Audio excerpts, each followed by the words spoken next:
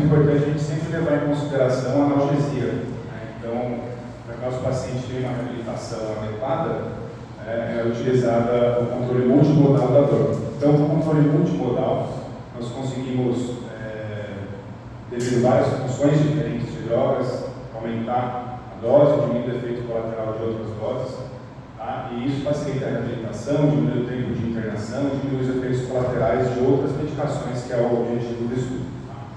Então, falando um pouquinho dos opioides, como a gente sabe, tem um alto poder de analgesia, porém ele tem efeitos colaterais importantes, né? Então, náuseas, vômitos, constipação intestinal, retenção urinária para um paciente que precisa ter alta relativamente precoce no pós-operatório, é importante que não ocorra, né? Sedação para um paciente que precisa reabilitar depois de uma artroplastia também a gente não deseja, né? E tem muito paciente, acho que muitos de vocês aqui estão acostumados a dar plantão em pronto-socorro e sabem, né, o que é o vício em opioide, né?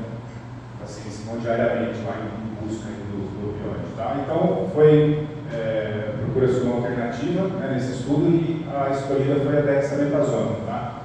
A dexametasona é um glicocorticoide, tá? É um glicocorticoide de meia-vida longa, né, entre 16 e 74 horas, e por isso que ele foi escolhido frente aos outros glicocorticoides, tá? Já é estabelecido na literatura que ele tem um efeito antiemético para cirurgias desse porte, tem um alto poder analgésico, também diminui o uso de opioides, né? Isso considerado uma dose que eu já tenho estabelecido. Tá? Porém, como todo corticoide, ele também tem um potencial de imunossupressão. E esse trabalho vai demonstrar também se há segurança em usar mais de uma dose, né, no pré-operatório ou não. Tá? Então, a imunossupressão ela pode causar retardo de cicatrização, infecção e os pormenores de hipertensão, hiperglicemia em pacientes diabéticos, catarata e edema em membros.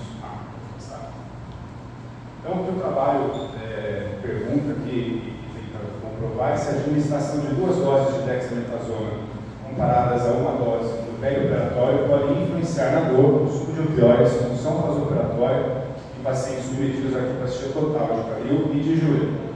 Então, a metodologia utilizada nesse estudo um estudo retrospectivo de coorte, né, onde foram analisados 2.256 pacientes que foram submetidos à artroplastia total de quadril, sendo que 998 deles fizeram 2 doses de dexametasona e o grupo comparado ao grupo controle com uma dose. Artroplastia total de joelho, 2.078 pacientes analisados, 399 receberam 2 doses de dexametasona também no pré-operatório, comparado com o controle com uma dose. A primeira dose era de 10 mg e ela era administrada antes da incisão. A segunda dose da recuperação anestésica ou na manhã seguinte. Esse já é um viés, porque na recuperação anestésica o autor cita que ele estava alta precoce, muitas vezes direto da recuperação. Mas na maioria, até 24 horas, essa segunda dose era administrada. Tá? Foram estudos de pacientes menores de 18 anos, pacientes com revisão de artroplastia pós-fratura, principalmente pacientes de fratura de quadril e pacientes com doenças ósseas oncológicas. E foram utilizados alguns questionários. O primeiro deles, relacionados à dor, já começando a mostrar a importância da interdisciplinaridade desse tipo de cirurgia. Foi realizado pela equipe de enfermagem do Hospital de Nova York, e é um questionário básico realizado com notas de 0 a 10. De 0 a 4, nós temos aí uma dor leve, de 4 a 6 a gente tem uma dor moderada, e 7 acima uma dor severa. Também foi utilizado um protocolo para avaliar a reabilitação funcional nesses primeiros dias, o AMPAC, vou falar um pouquinho mais dele mais para frente. E quanto ao uso de opioides, foi utilizado uma equivalência em miligramas de morfina. Então foi um modo que eles encontraram de pegar todos os opioides que foram utilizados e transformar nessa equivalência de miligramas por morfina para ficar mais fácil de entender. O tempo de internação pós-operatório também foi avaliado, readmissões hospitalares até 90 dias, reoperações até 90 dias, infecções e retardo de cicatrização. Pode passar? Então esse aí foi o protocolo utilizado por essa equipe do Hospital de Nova York, Na verdade, até 30 dias os pacientes já foram convocados para fazer uma entrevista. Os pacientes que tomavam anti-inflamatório foram encorajados a continuar com o anti-inflamatório e não hormonal, e os pacientes que tomavam opioides foram encorajados a parar com o opioide gradativamente. No dia anterior da cirurgia, protocolo de hidratação, visando diminuir náuseas e vômitos no pós-operatório. Acetaminofeno de 1 grama, meloxicam e aspirina. No intraoperatório, era administrada a primeira dose de dexametasona, a anestesia, e na indução o fentanil. Tá? O cirurgião tinha por opção também fazer infiltrações com bupivacaína e cetrolato no intraoperatório na região capsular. Tá? A recuperação anestésica, na verdade, é aquelas 24 horas, né, que foi citada antes, era administrada a segunda dose de dexametasona. Tá? Naquele questionário de dor, se a dor fosse leve, era iniciado no protocolo de terapia, se era dor moderada, tramadol e fentanil, dor forte, tramadol e fentanil já com doses maiores e, se necessário, oxicodona.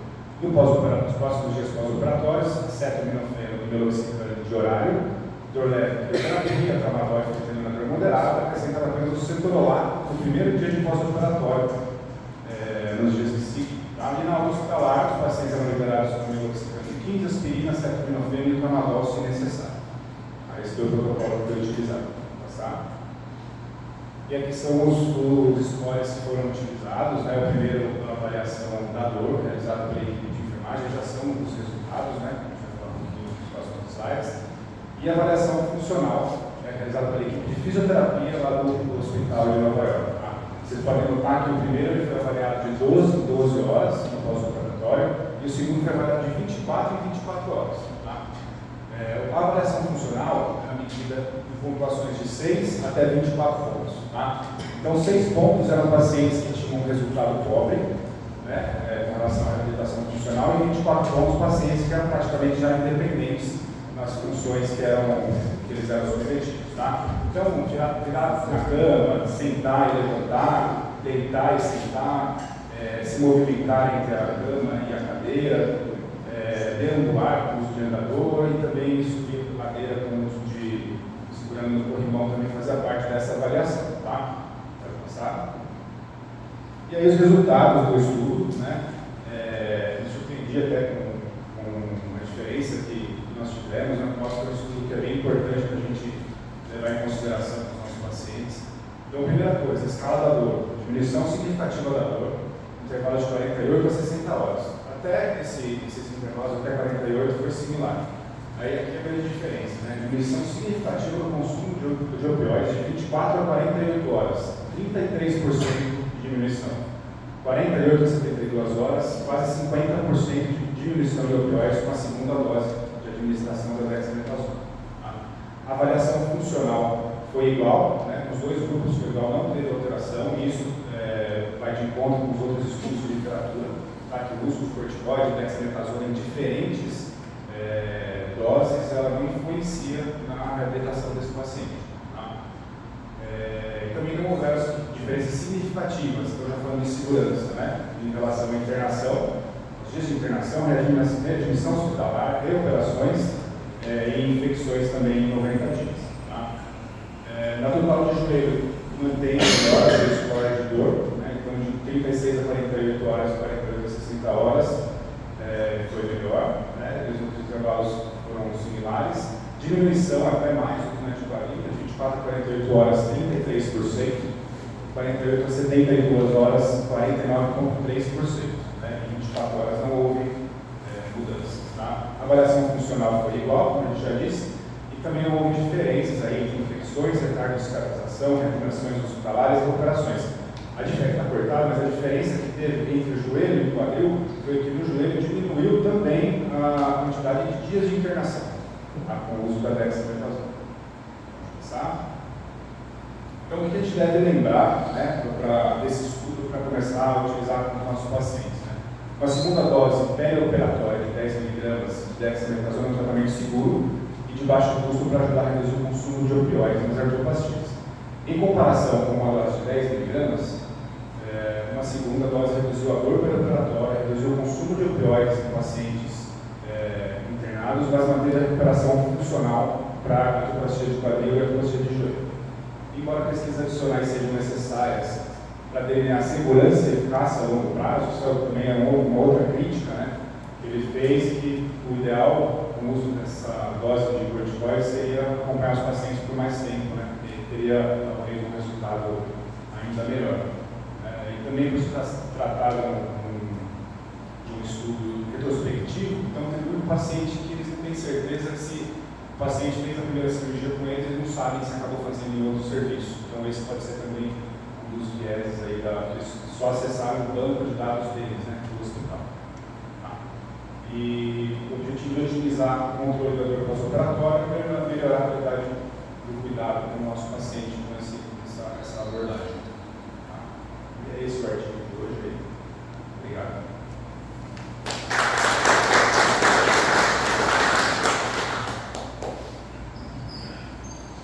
Em primeiro lugar, dúvidas de alguém para poder sobre esse assunto?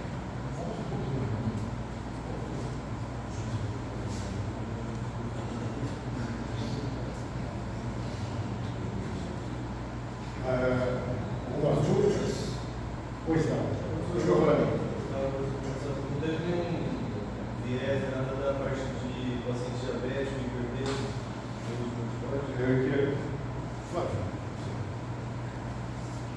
ele teve em relação à raça, em relação a gênero, mas não foi considerado como uma coisa significativa no resultado. Tá? Ele colocando que acabou não mudou muito. Essa é uma ponderação importante, né? Porque, como é um corticoide, ele pode obter líquido, aumento da pressão arterial, também descompensação violenta. Mas tem coisas muito importantes você pensar não só na analgesia, mas como na recuperação funcional, menos tempo do paciente ser internado. E aqui eu quis voltar para esse slide para vocês enxergarem uma situação. Hoje eu vou fazer um comentário aqui com as pessoas mais velhas. Isso aqui é prevenção de trombose venosa profunda, 81 mg de aspirina, mantido 81 mg de aspirina. Então, o Dr. Cláudio, que é o nosso decano aqui, o Dr. Robson, o Eduardo Não, foram alunos do professor Maffei. O professor Maffei falava que a gente aprendia com propagandista. Então, o propagandista fala para vocês usarem o noxiparina subcutânea, que aumenta o risco de sangramento, que aumenta o risco de infecção, mas que aumenta a renda do laboratório.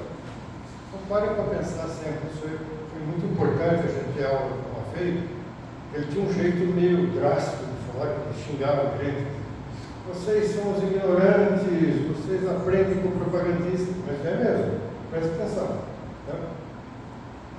No hospital importantíssimo nos Estados Unidos, usando 81 mg de aspirina como prevenção.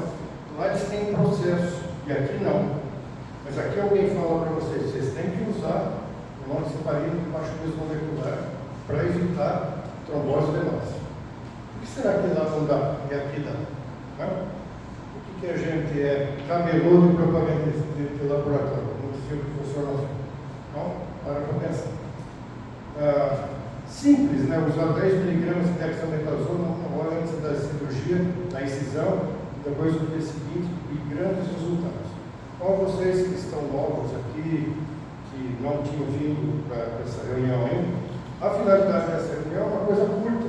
Então, por favor, foi até para assistência. O que vocês vão guardar? O que vocês vão guardar para casa? Se eu usar 10 mg de dexametasona antes de uma hora da cirurgia e colocar no dia seguinte, no náusea, vômito e consumo de opioides, isso melhora o paciente, até pressão vício. Ok? Doutor Eduardo Luiz Curros Filho. Parabéns pela apresentação, Flávio. Eu queria colocar uma coisa que acho importante a gente refletir. Que nós além de sermos ortopedistas, a gente principalmente é médico, em primeiro lugar. E a gente, às vezes, principalmente os residentes, às vezes não refletem no que significa a resposta biológica do paciente ao trauma, no caso da cirurgia. O que vai acontecer com aqueles miócitos que a gente corta, secciona, e aquilo vai entrar na circulação, aquilo vai ter uma mioglobinuria, vai ter o garrote, vai ter o lactato, que vai dar nessa circulação. Tudo isso faz com que haja a resposta que é variável quando o paciente é mais jovem, a resposta dele é melhor, quando a cirurgia é mais rápida e não tem tantas complicações, a resposta não é melhor. E o paciente mais idoso vai ter uma resposta diferente. Muitas vezes a gente não sabe o que a gente chama, olha, o paciente está meio confuso à noite, e muitas vezes é por causa da resposta neurológica do trauma. Então, uma coisa que eu gostaria que vocês raciocinassem, estudassem, é exatamente isso. Porque o que a gente está aprendendo aqui nesse artigo é um inibidor dessa resposta inflamatória ao trauma, que no final das contas a gente está aprendendo aí com essa aula aí. Usando dores, você vai diminuir, vai restringir essa resposta inflamatória exacerbada. E isso é importante. Obrigado, Leonardo. Alguém mais quer fazer alguma pergunta, comentar alguma coisa? Bom, então, está circulando aí a lista de presença. Eu coloquei aí nome por extenso, né? O primeiro, depois por extenso, eu sou o primeiro. Nome por extenso, telefone, tá? Porque nós vamos fornecer a responsabilidade do Dr. Eduardo Pereira, certificados de presença para vocês. Então, pelo WhatsApp a gente vai mandar as coisas, tá? Outra coisa importante dos estudos deles, não porque são lá americanos, não, são um número de casos. 2.000, 3.000 casos de prótese, não a gente chegar e falar, nós fizemos 50 próteses por ano, nós fizemos 2.000. No Hospital for Special Surgery são feitas em torno de 6.000 próteses por ano. Só isso. Quantos anos vai levar para a gente chegar perto de um mês deles? É bem diferente. Bom, gente, então, nosso convidado, mais uma vez, porque vocês estão agora nessa fase inicial da residência. Como eles desligar o celular ou sair? Ou você sai, ou você sai. Já falei uma outra vez para você. Tem que falar em público. Sinto muito, mas falta de respeito se trata da mesma maneira. Estão trazendo uma pessoa que vocês aprenderem ressonância magnética no primeiro semestre. Já para ver o que é ressonância magnética. Tá bom? Dr. Cláudio Martins, médico do IBS, do Hospital de Médicos Sorocaba, com larga experiência, vai falar para vocês. Beleza, obrigado. Bom, pessoal, eu vou tentar não judiar muito de vocês e tentei fazer uma coisa bem básica e para vocês terem uma noção de radiologia, já que aqui no hospital vocês não tem muito acesso à ressonância magnética. Então, eu vou fazer bem basicão. Isso vocês podem cortar, podem parar no meio e conversar. Claro que a gente perde um pouquinho do pique, mas não faz mal porque vocês parando, acorda todo mundo. Tá? Então não tem pode parar, com uma dúvida, sem problema nenhum. Bom, então vamos lá. Bom, o objetivo que eu tenho com essa apresentação rápida é que vocês tenham umas condições básicas mínimas, para entender mais as ressonâncias mínimas, só para vocês olharem para a ressonância e pelo menos tentar saber o que estão vendo lá. A anatomia do joelho, vocês já conhecem, mas como ela é vista umas imagens básicas de ressonância. E a gente vai mostrar alguns dos principais achados que aparecem na ressonância, tá bom? Bom, tem que falar alguma coisa de como é ressonância, que eu vou falar isso aqui só para dizer que falei não, porque coisa que na realidade não interessa para vocês, né? Mas na realidade o que importa na física é que os átomos, quando você põe os átomos de hidrogênio, quando você põe no magnetismo, eles se orientam tudo para um lado só. Normalmente eles são orientados aleatoriamente. Quando você põe o magnetismo, eles se orientam para esse lado. Aí você põe uma onda de radiofrequência, eles vão mudar de lado e voltam. Essa mudança e essa volta tem uma série de diferenças que você pode usar disso. E esse movimento, basicamente, vai ser captado de uma forma bem física e aí vai conseguir algumas imagens com ele. Tá? Só isso está bom para vocês, não se preocupem mais com isso. Para a gente, radiologista, também é difícil a física, a gente sabe que também é uma parte mais possível. Bom, e o que é, acho que a grande sacada, assim, bem inicial, é o que é T1T2. Todo mundo vai falar T1T2, o que é T1T2? Então, eu fiz aqui uma corzinha sutilmente diferente, ou nitidamente diferente entre T1 e T2. Só observe isso que daqui a pouco vocês vão entender. A ressonância magnética, ela tem, fora das qualidades que ela tem de alta detalhamento das partes moles, ela consegue fazer uma diferenciação dos tecidos e basicamente a gordura da água. Então, como é que a gente faz isso? Como é que aparece a gordura e a água? Porque eu vejo você. Como é que a gente faz para diferenciar a gordura e a água, que o T1 e o T2 vão fazer isso? Então, por exemplo, a gordura no T1, como é que ela aparece? Que nem a picanha, branca. E no T2, branca também. Então, não se falou a gordura da água pelo T1, de gordura pelo T1 e T2.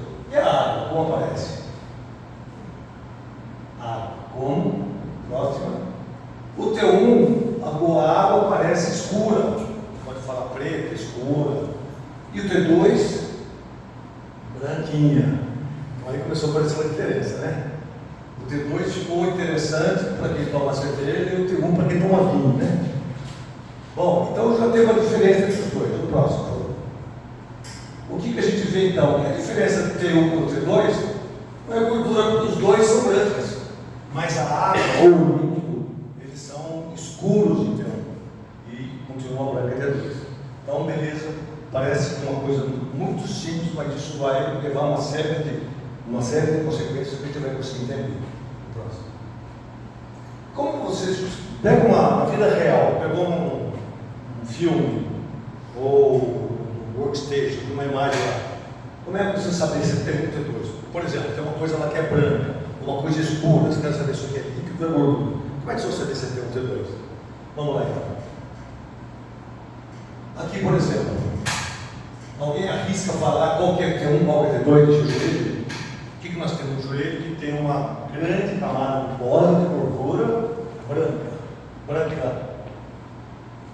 Um T2 e T1, os dois, beleza, dá para perceber. E a água? Alguém vê onde a água é branca, onde a água é preta aí? Deixa eu entrei se esconder aqui. Mostra para nós, começando aqui do Kilder. A articulação ali, branco de um lado e escuro do outro. Qual delas que é T2? Da direita ou da esquerda? O T2 é direita, o T1 é esquerda. Por que Maravilha. que é a água ali? Sim. Então tem lá o líquido aqui, que é o líquido articular, fraquinho, e o T1 e o branco, inclusive. Então já conseguimos descobrir que tem um T2. Beleza. E a gente, as outras anatomias são basicamente um músculo. É escuro, basicamente alguma coisa. A gordura intraóssea tem gordura, então é clara. O próximo, por favor. Bom, beleza, maravilha, parabéns. O próximo. E agora aconteceu uma coisa que também é interessante vocês saberem, porque isso vai ser muito importante para o ortopedista, que é essa sequência mágica aqui, que fez com que parecesse que qual que é o T2 agora? Esse aqui, porque olha o líquido como apareceu nele. O que a gente fez aqui? O que a gente fez que ficou muito mais fácil saber agora do que é T2?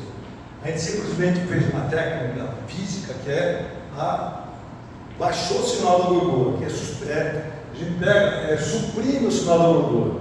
Então, por exemplo, se você pegar um T1 e suprimir o sinal da gordura, vai ficar tudo escuro. Se pega um T2 e suprimir o sinal da gordura, fica tudo escuro menos o líquido. Aqui, no T1, o líquido também é branco, preto. Então fica tudo preto, tudo escuro. Agora, em T2, o que acontece? A gente vê, opa, então o líquido ficou branco e a gordura escura.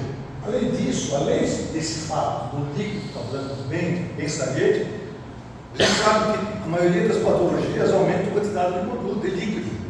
Então a maioria das patologias, principalmente ortopédicas, vai brilhar no T2 de supressão de gordura. Então veja como o líquido brilha.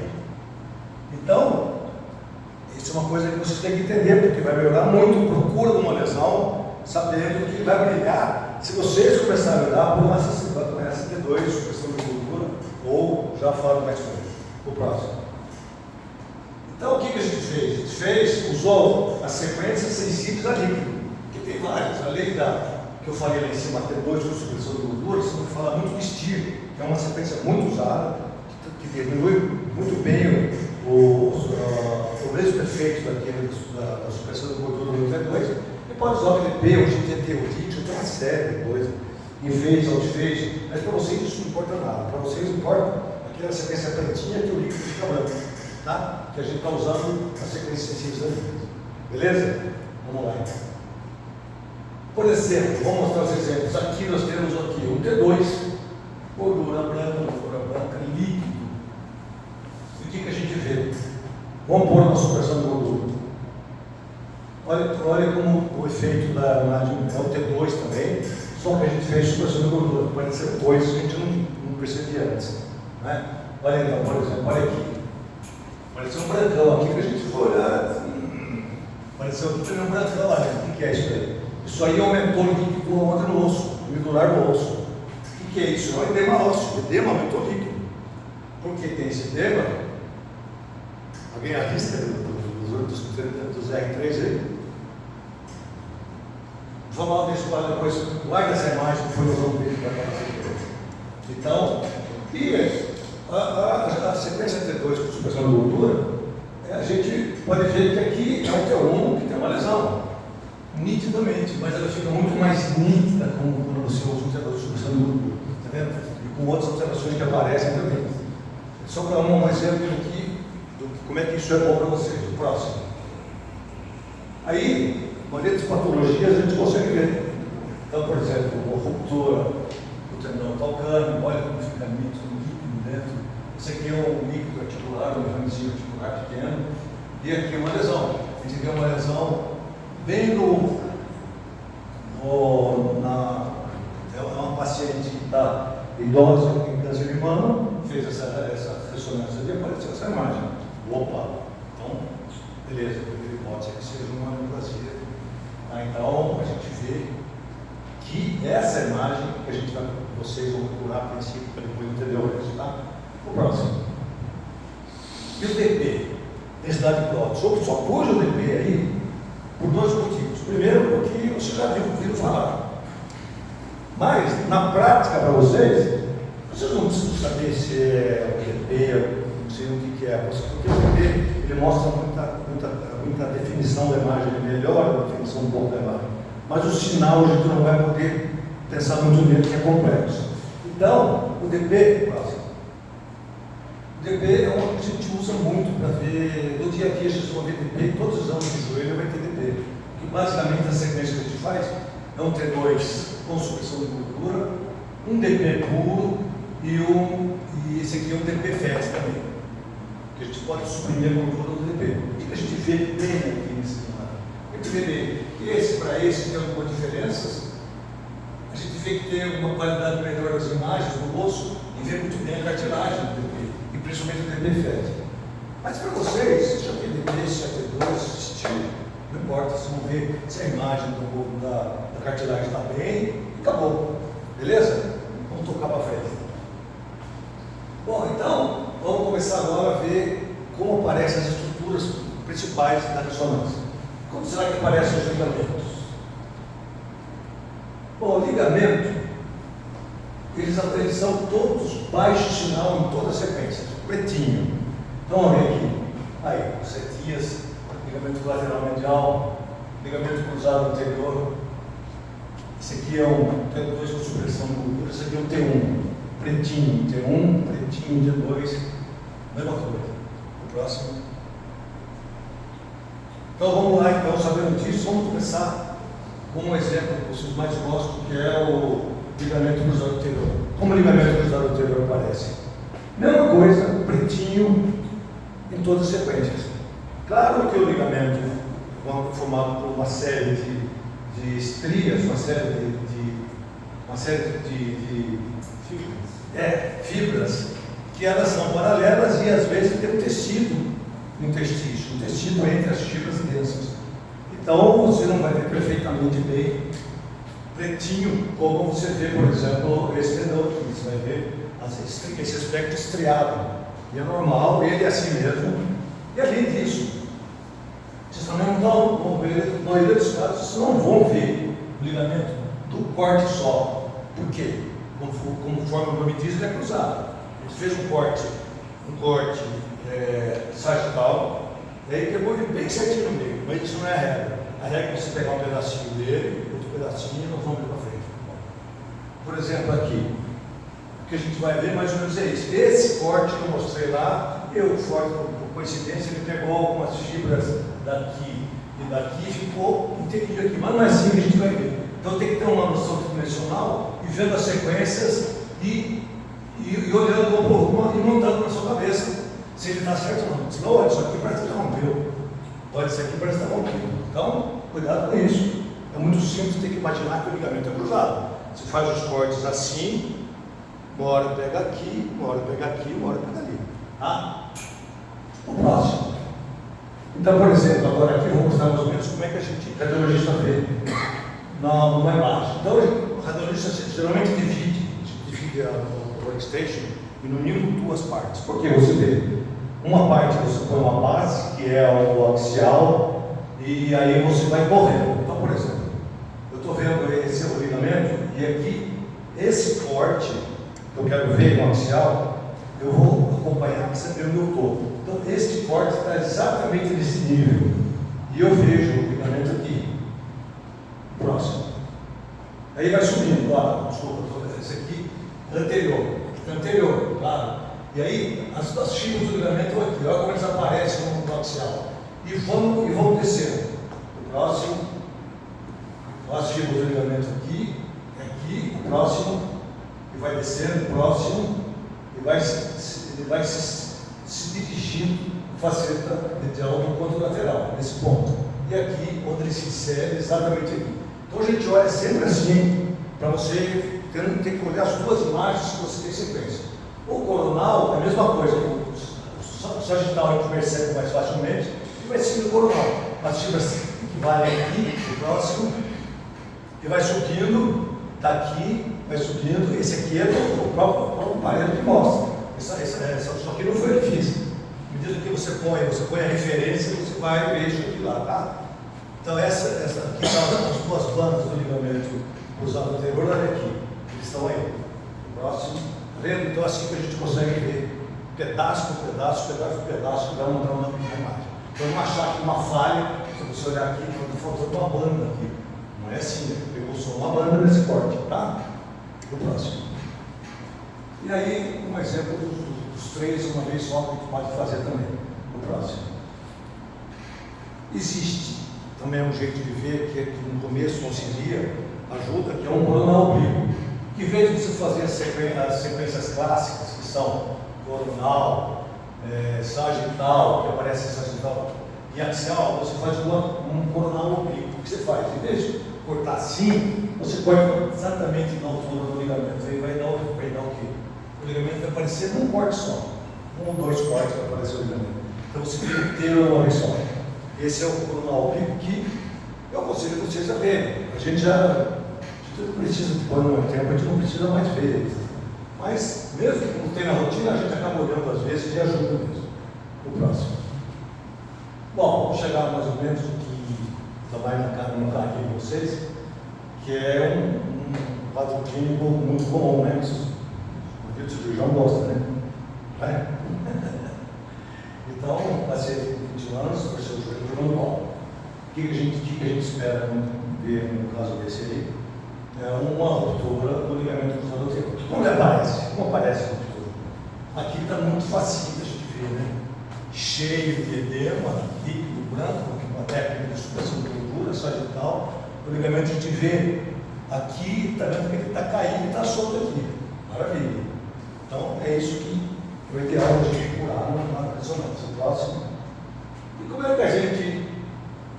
que os outros sinais? Aquilo lá é uma coisa muito fácil, não é o dia a dia, né? Sempre que parece daquele jeito. Como é que a gente vê? Então você tem que procurar algumas coisinhas especiais que nem sempre está bonitinho assim. Então tem sinais diretos e sinais indiretos. Os diretos são os mais fáceis, né? Que aparecem e a gente fica mais calmo. Primeira coisa, o próximo. O que nós estamos vendo aqui? Uma desorganização arquitetural focal. Ou uma descontinuidade, um gap aqui no meio. Ligamento aqui meio borradão e aqui um autor. Maravilha. O que mais a gente pode ver? Próximo. Essa perda da configuração linear e do paralelismo. Dá uma olhada aqui, o ligamento cruzado anterior, ele não é paralelo ali no mensagem. Ele faz um ângulo que abre para baixo. Quando ele cai, quando ele solta, ele faz exatamente o contrário. Ele perde o paralelismo ou o ângulo que abre para baixo e cai.